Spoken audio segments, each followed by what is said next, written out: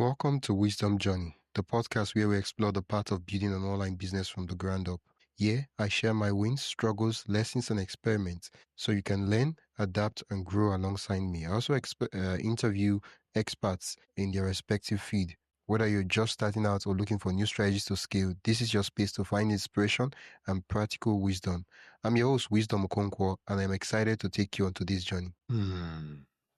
Welcome to the Wisdom Journey podcast, where creators and entrepreneurs learn how to grow smarter, tell better stories, and build meaningful brands. My guest today is Louise Harris, the powerhouse behind Last Research and Editing, a content marketing and editing firm she's run for over 30 years. Louise has a remarkable background in journalism, having written and edited blogs, press release, SEO content, novels, and more for clients across industries. She's also an author of the 1776 Scroll and the 1776 In, and the chairwoman of the Bay Area Professional Writers Guild. Her experience spans publishing and marketing, making her the perfect guest to help us connect storytelling with business success. Welcome to the podcast, Louise. Thank you, Wisdom. I'm happy to be here.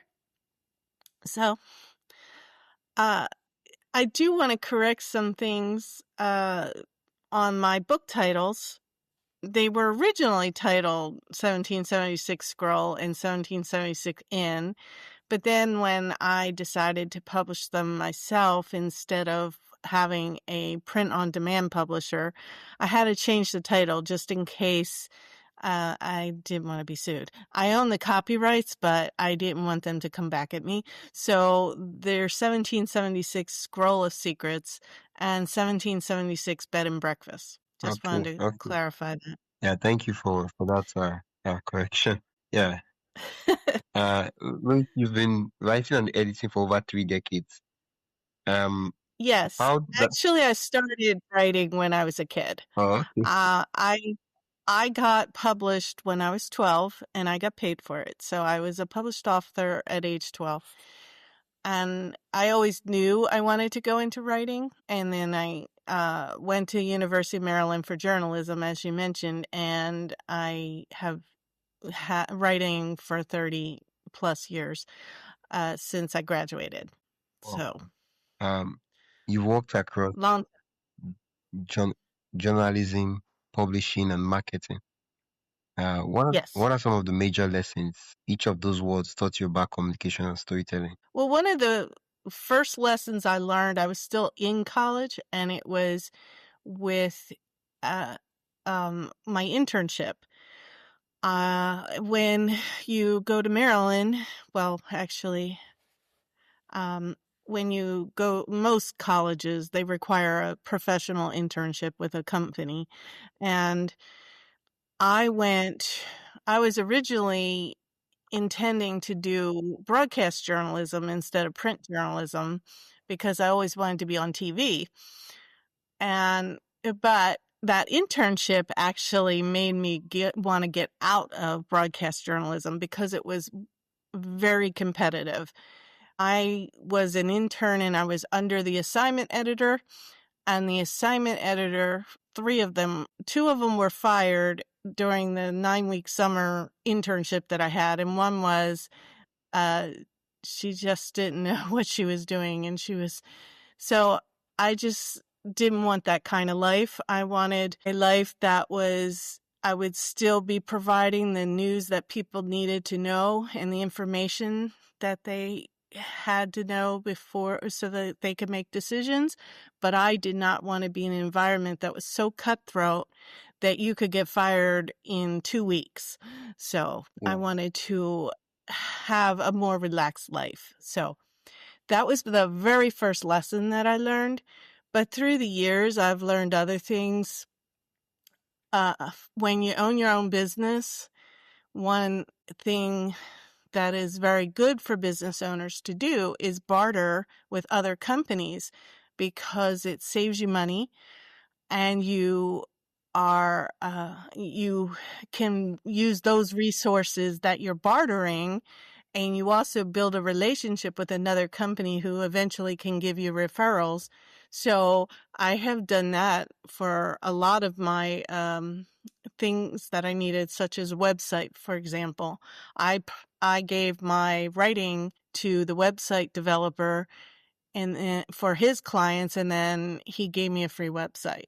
So that is a lesson that I've learned, to share resources, and then you can save money, and you can put the money that you save toward marketing your business. Wow.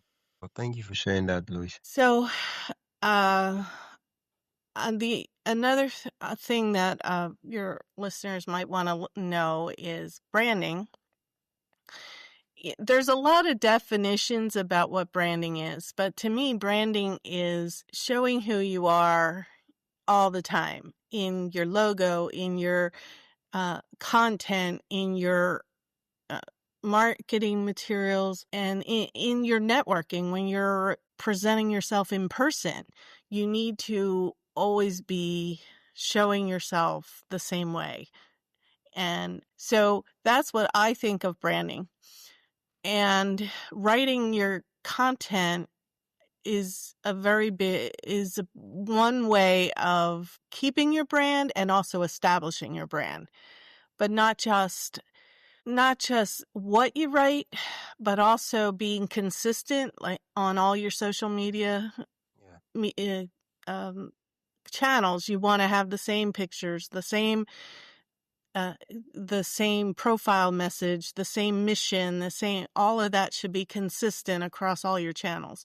Otherwise, people will start to wonder if you're legit or not. We'll get to that in a bit. Before we do that, I'm curious, what inspired you to create Last Research and Editing? And what does the last stand for? Uh, Thank you for asking that question, because a lot of people don't realize it's an acronym. They just think that it's, like the last stop and I did mean it that way, but I mean it, but I'm always big on playing with words. That's one of my favorite things to do. So I take an acronym and then I make it into something like, this is the last stop for marketing. The acronym stands for, it's my initials, Louise Ann Sharon Toy, because Toy is my maiden name, and then Harris. Research and editing is, in 1992, I was working for a company in Philadelphia, and I was living in Baltimore, and being in Nigeria, you probably don't understand United States map, but it is a 2-hour train ride to go from Baltimore to Philadelphia. And I was working, I was getting home really late because I'd have to go in at I'd have to leave by 6 o'clock to be at work by 9, and then I wouldn't get home till almost 9 or 10 at night. So I was spending all my life on a train, and I didn't like that. So I quit my job without actually having another job. Oh, And when I was looking for a job, there was a sign on the University of Maryland job board, which at the time there was no computers. I mean, there was computers, but there was no internet. So we had to actually look for jobs on a job board. And there was a sign for an associate editor. So I applied, but she couldn't hire me as a full-time associate editor. She could only hire me on a freelance basis. yeah. So that's how I started my business. And she recommended me to other people in her field. And then I started getting this reputation where other clients were just recommending me to other people. And that's how I continued my business. Was I kept getting clients so happy with me that they told somebody else. So, and that still is the case today. That the people that I do, that are my clients, love my work so much that they always tell somebody else to use me. So that is still how I get 90% of my clients. Okay. Wow. Last Research and Editing. Yes. When I was reading the intro, I said that the business has been around for 30 years. Yes. 1992. So the research part of my name actually comes from the first job that I was doing, which was I was calling a lot of it was state recycling laws update. And what I was doing was creating a 50 state roundup of the environmental laws on their books. And then I would create a report for that. So the research had to be me calling those state agencies and finding out what their laws were and how they implemented them, and so that I could create this 50-page book of, well, it was actually more than 50 pages. It Wow. was more like 200 pages when I put all the information in there, but it was 50 state report that we gave to our clients. So that was where the research part came from. So it relates to journalism research, not like health research or scientific research. So Okay. Yeah, it makes sense. Um, I as before we get into the the business, writing, editing, um, I'm curious, as someone who's helped so many others tell their stories, how has writing your own novels changed your perspective as an editor? it I am actually I can find the mistakes in other people's work a lot better than I can find the mistakes in my own work.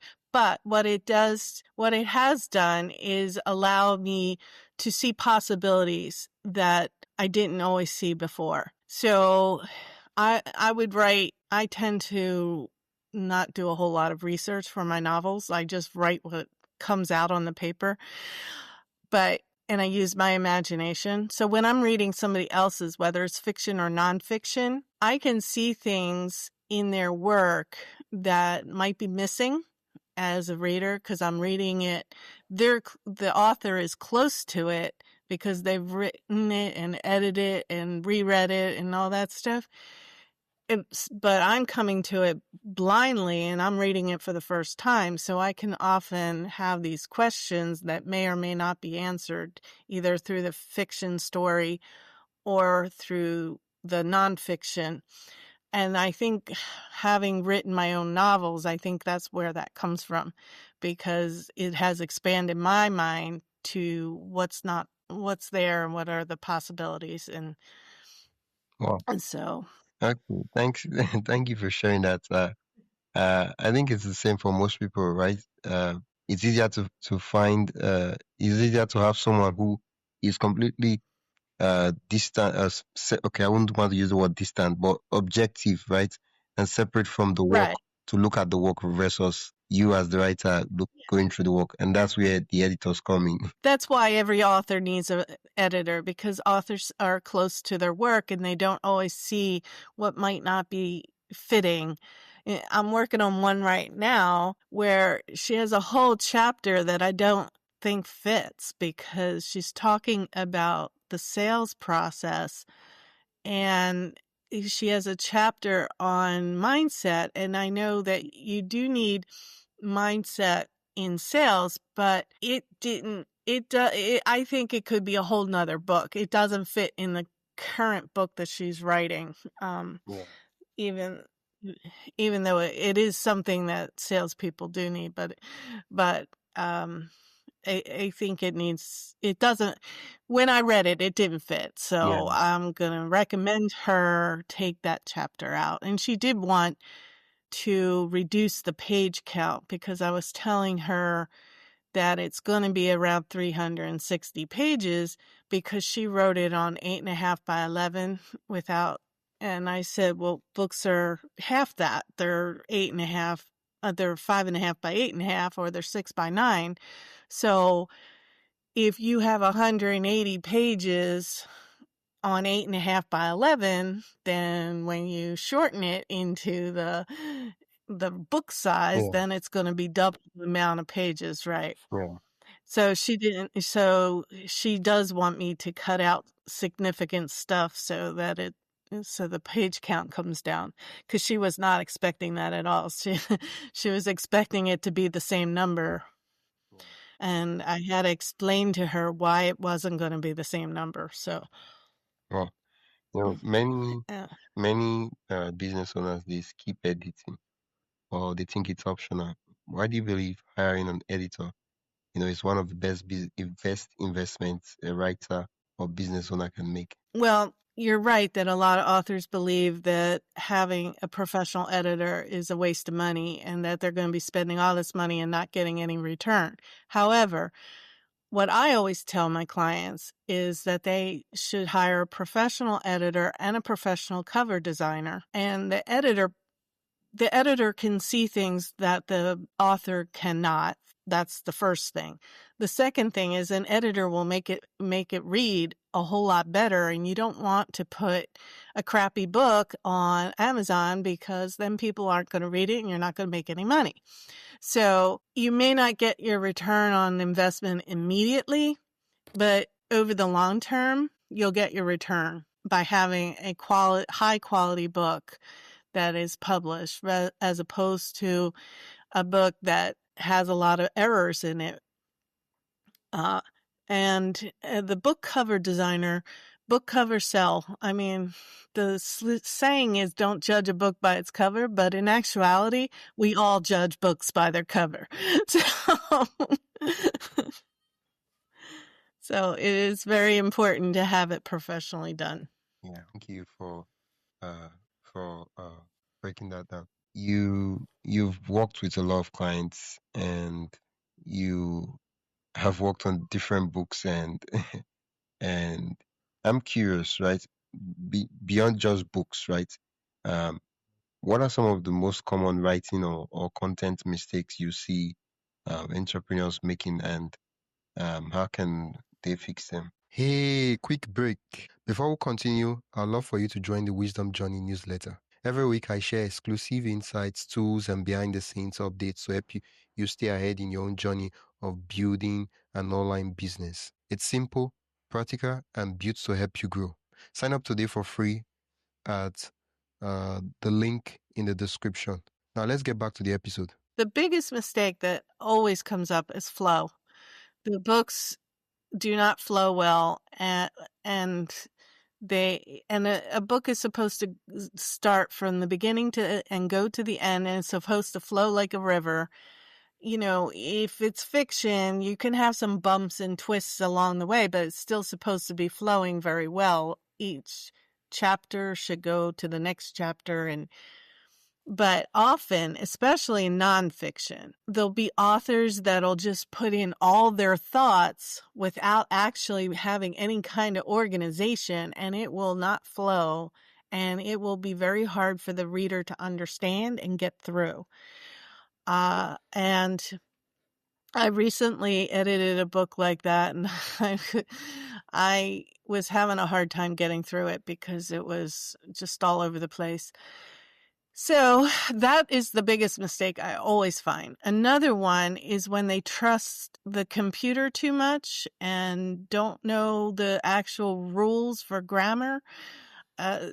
For the Microsoft or the AI will say something is correct that is actually incorrect. One of my favorites that I come across all the time is data, and they use the singular verb, but it's actually a plural. Data is plural for datum, and media is the same. Media is plural for media. Medium. So you're supposed to match that with the plural verb, but often computers will have it as a singular verb and say it's correct when it's actually incorrect. So that's the other mistake I usually come across, is that people don't understand grammar and words because they just see it all the time incorrectly, so they think that's the correct way. So Well, I'm curious, let's say a small business owner writes their own blog post or book draft. What simple steps would they take before handing it to an editor like you to make the collaboration smoother? And what are the yeah, things I need to do before handing the book out to you to edit, so such that it makes the collaboration easier and smoother versus uh, making it. Does that make sense? yes, that makes sense. As what you would want to do as a business owner, after you've written the first draft, you need to print it and read it out loud, because when you read something out loud, all the awkwardness shows up. It doesn't show up if you're looking at it on the computer, and it doesn't show up if you're just reading it, because the eye will actually correct things, but the ear will not. So read it out loud, and then you can polish it so that you can give the best version of yourself to the editor, and then the editor will, of course, make it even better. Every single manuscript that I do, I always print it out myself. So I catch more things that are wrong by doing that, by printing it out instead of reading it on the computer. And for me, collaboration is communicating. So either doing email or phone or text or in person if it's local, just being available for when I have questions.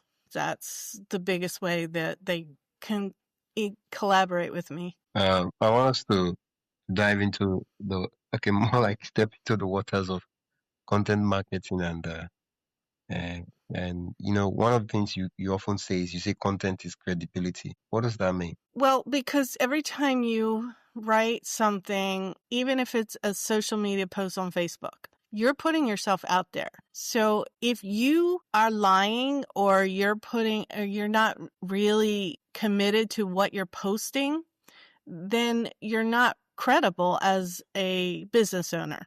It shows that you are willing to, hurt people to get ahead, or it shows that you can lie and not have integrity or not keep a commitment. So what you write, it reflects on the person that you are, and it does represent your integrity and your business commitment and who you are as a person. We all have vulnerabilities, and I'm not always saying that you have to put all your vulnerabilities out there on social media or in a blog post, but they do tend to come through in your voice, in the writing. It may not be apparent, but it'll be subtle, and the reader will notice it. Experience, what's the difference between writing for readers and writing for search engines, and how do we balance both? Writing for readers and writing for who? Search, With Jesus? search engines. For changing? Search engines. Search engines. Search engines. Oh, okay. Sorry. Um, Uh, I have this love-hate relationship with people that do search engine optimization, because a lot of times in my career, they would give me a topic and it would be a really stupid topic, but and they would say, okay, make sure you get these keywords in that topic, instead of giving me a headline, and I write the article, and then the keywords that they want will naturally flow because of what the headline or topic actually is. But they always want to do it backwards. They give you a keyword and want you to emphasize the keyword when you really want to write naturally. So you want to write where the keywords fall into it anyway. For example, if you're doing a blog post about Halloween and what that means to the health of kids, or for dentists, why dentists don't like Halloween, or something along those lines.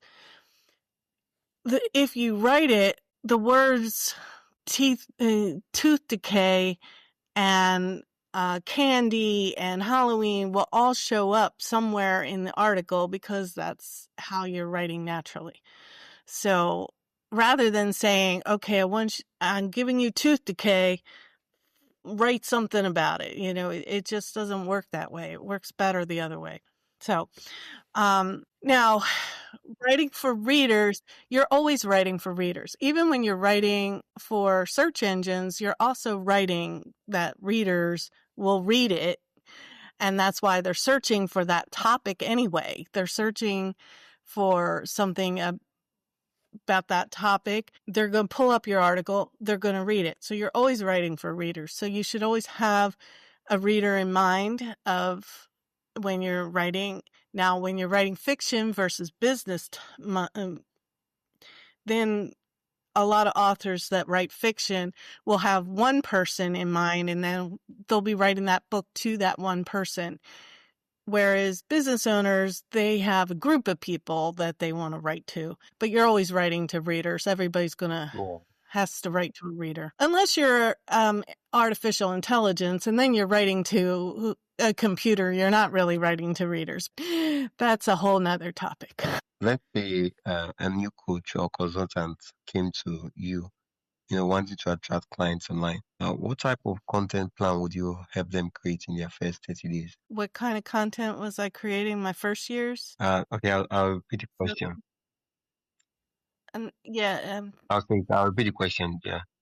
Like, you can hear me clearly now, right? Yes, I can hear you. Okay. I don't always understand through your accent, though. So, I'll say it slowly. If a new coach or consultant came to you wanting to attract clients online, what type of content plan would you help them create in their first 30 days?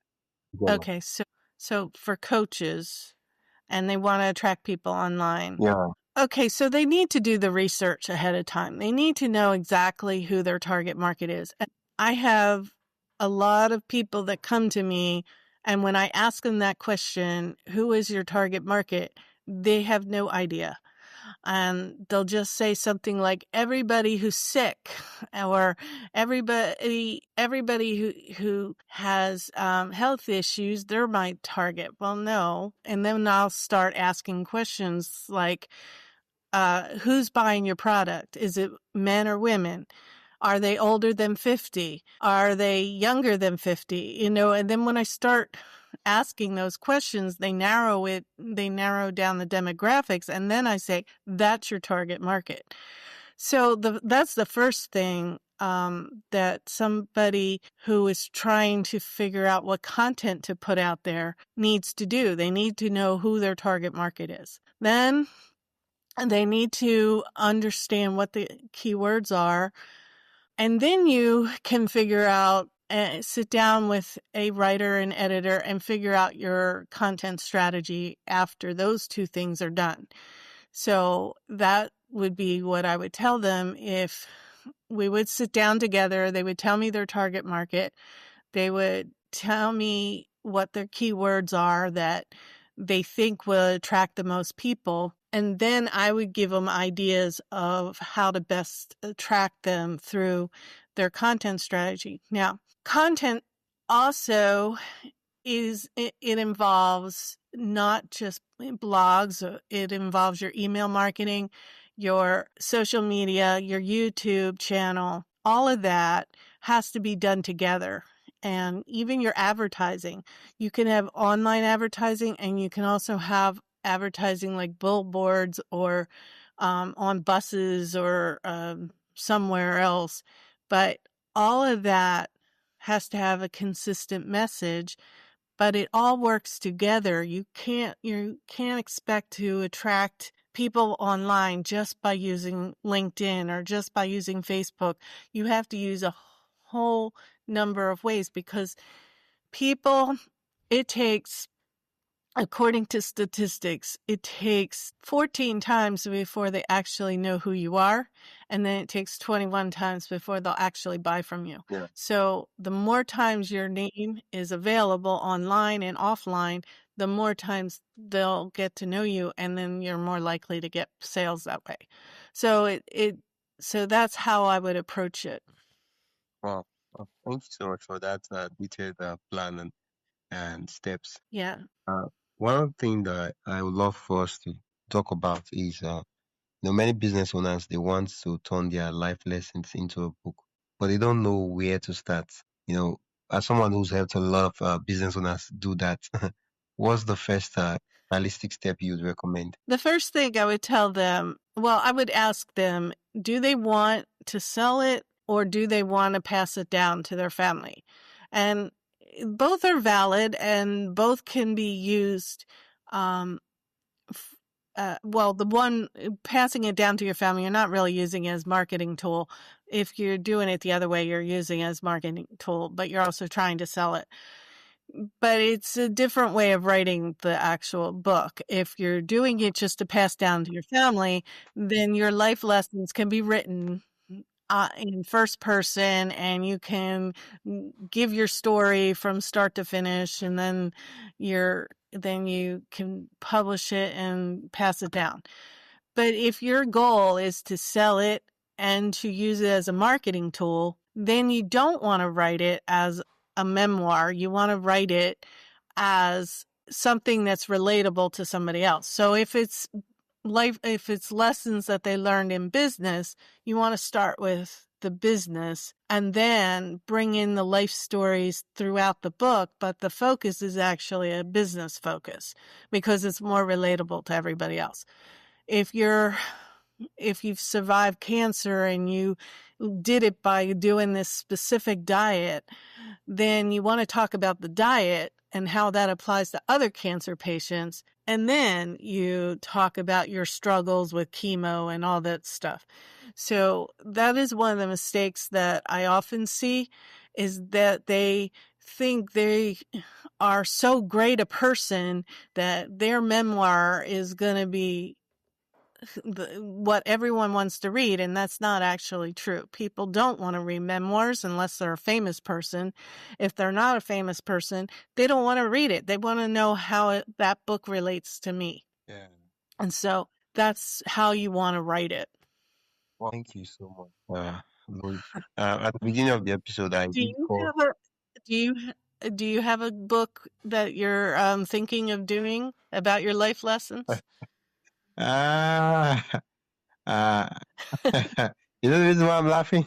Because I'm right. Oh, no, the reason why I laugh is it feels like uh, I am that like 18-year-old life coach. Uh-huh. Uh-huh. I have a lot to go through in life before I write life lessons. Well, I asked because I was on another podcast, and that actually was a lot of the questions were the host was asking because they were actually thinking of starting a project and Ooh, they okay. wanted to get some of this advice, and so it sounded like a lot of your questions were along those same lines. That's why I asked. But I don't I'm I asking don't for my future mind. self. No, no, no, no, no. You're good. I'm asking for my future self. Right, my far, far future. So a lot of these that are. Yeah, there are many possibilities out there, and there's more every day. So there is a um a desire in you, you should do it. And one of the one of the things that a lot of new authors get anxious about is they think it's a really daunting task. And it is daunting if you think, oh, 250 pages I got to come up with, and do I have all that information in my head, and where do I get the research and all. But if you say it's it's not a regular size paper, so that is half, so then you're cutting the book down in half already. Yeah. And then you say, I'm only going to write 10 pages a day, then it's a lot less daunting. And if you say that I'm going to do a research one day a week, and then I'm going to market one day a week, then the task is a lot easier to deal with. So it's breaking the big task down into small chunks. And I've heard this from so many coaches about other things, and it applies to writing too. It's like, just break it down into small editable chunks. So Yeah. then Wow. it's not as hard. What you just said now is like the most valuable takeaway I have from this episode. Because while you were just breaking that down, it just occurred to me that if I was to decide to write, imagine that I wasn't really that good and the thing that scared me the most, I decided to write just one page every day. In 250 days or 250 to 300 days, I'll be done with my book. Wow. Exactly. Yes. See, and it doesn't sound so bad then. So there, I can do one page. that's the yes, you can do it. Ah, wow, wow, wow. Thank you so much for, because the usual web we see that 250, 300 pages.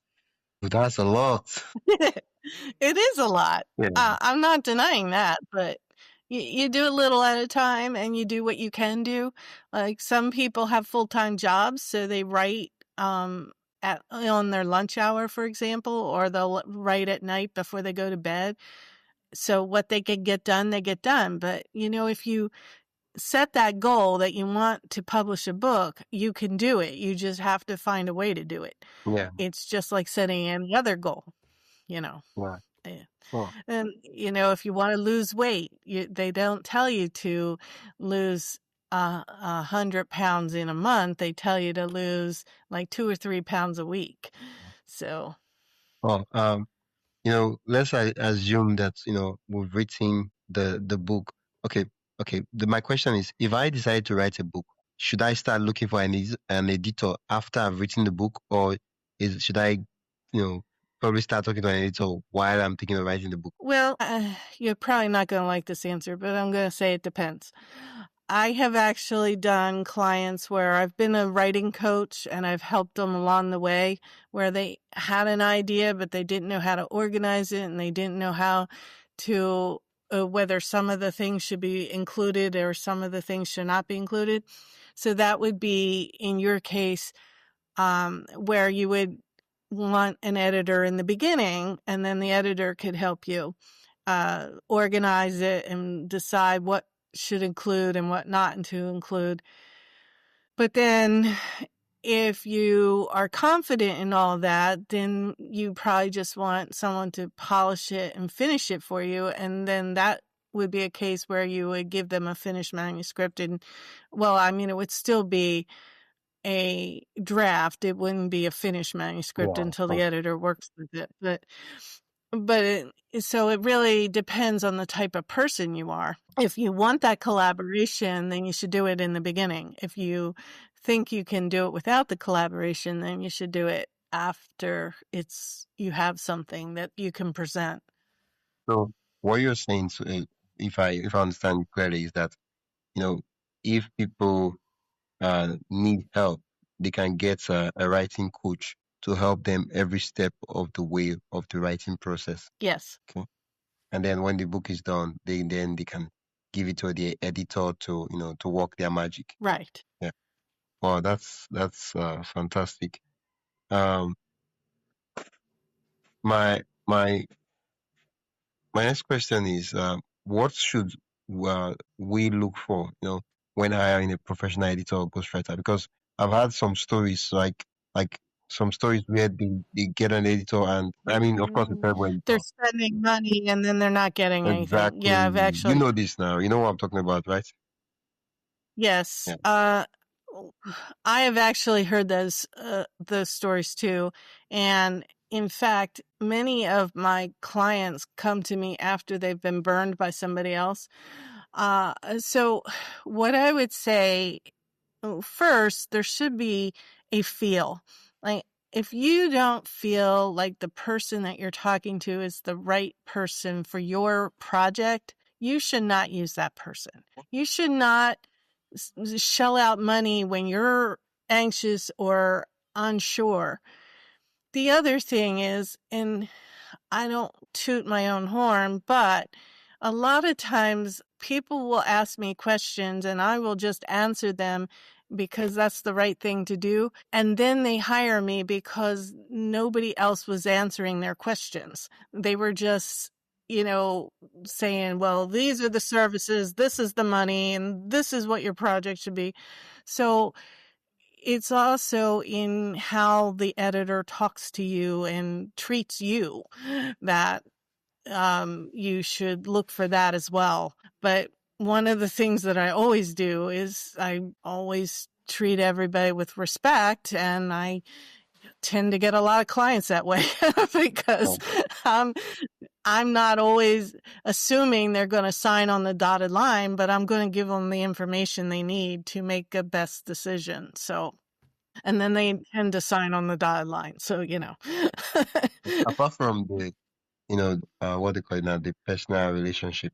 Sometimes we could have someone who's like, a great person, great personality. They talk to us well, but when it comes to the actual editing of the work itself, not to, it's they're not really that good at doing it per se. A lot of times I have been asked to provide a sample, and I always do. If you ask the editor to provide a sample and they refuse to provide a sample, that's a red flag. But if you ask them to provide a sample and then you don't like how things are worded, that's another red flag. But it's not off the wall to ask someone for a sample. I mean, it's very common to ask someone to show their work. When you're asking for an interior designer or someone to renovate your house, you're going to look at pictures that they have of before and afters, so why not with writing and editing? I don't understand why people get upset about that, but I don't. I think it's part of the process. Okay. So Wow, I would recommend that if you're anxious at all, you should ask for a sample. thank you so much for that tip. Um, I did prepare a lightning round of a set of quick fire questions. You ready? Okay, What ready. what's one writing tool you can't live without? My computer. But I know you're thinking more like Grammarly, and I have used them, but I use Word and InDesign more than I use Grammarly. Okay. So just having a computer working. Okay. Coffee or tea while writing? Coffee when I'm writing? No. Okay. The question is coffee or tea while writing? I like tea. I used to drink coffee in high school, but stopped in college. So I like tea, but I don't drink it while I'm writing. Oh, I awesome. actually have it on the table and then away from my computer. So Okay. What's the best piece of writing advice you've ever received? trust your instincts and don't worry, be happy. Oh, and what's your favorite book of all time? My own. What's the name of your book? 1776 Bed and Breakfast, but I used to answer Sue Grafton, but then I read something from another author that says, why would you answer somebody else when you're an author? You should answer your own. So, so I changed to answering my own books are my favorite. But of the ones I've written, 1776 Bed and Breakfast is my favorite. Okay. What's one word that best describes your writing style? Conversational. Okay. And the last one is what's one myth about writing? Sorry, what's one myth about marketing or editing you wish people would stop believing? That you can do everything with AI and you don't need a person. Okay. Well, thank you so much, Louise. This has been such a refreshing and insightful conversation. Where can listeners learn more about the work you do and connect with you? All right, so go to lastresearchandediting.com, christianmarketingexperts.com, amazon.com/author/Louise Harris. Those are my 3 websites. And my call to action is just if you're thinking of writing a book, contact me. I will help you. Even if I'm not the right fit, I will find someone who will be the right fit. But you can always contact me and I will answer any question. Well, thank you so much, Louise. It's been such you just reminded us that storytelling isn't just about creativity, it's also about consistency with breaking down into little pages and clarity. Thank you so much. You're welcome. Thank you for inviting me, and I enjoyed it. Wow. Oh, thank you. That means a lot to me. I'll add the links you mentioned in the description so listeners can click and go directly to the site. Thank you. Thanks for tuning in to Wisdom Journey. I hope today's episode gave you practical steps and fresh ideas to keep moving forward. If you found value, be sure to subscribe and share this podcast with a fellow creator or entrepreneur who'd love to learn too. And don't forget to sign up for the newsletter and the link in the description for more resources, experiments, and lessons straight to your inbox. Until next time, keep building, keep learning, and keep walking your own wisdom journey. Yeah.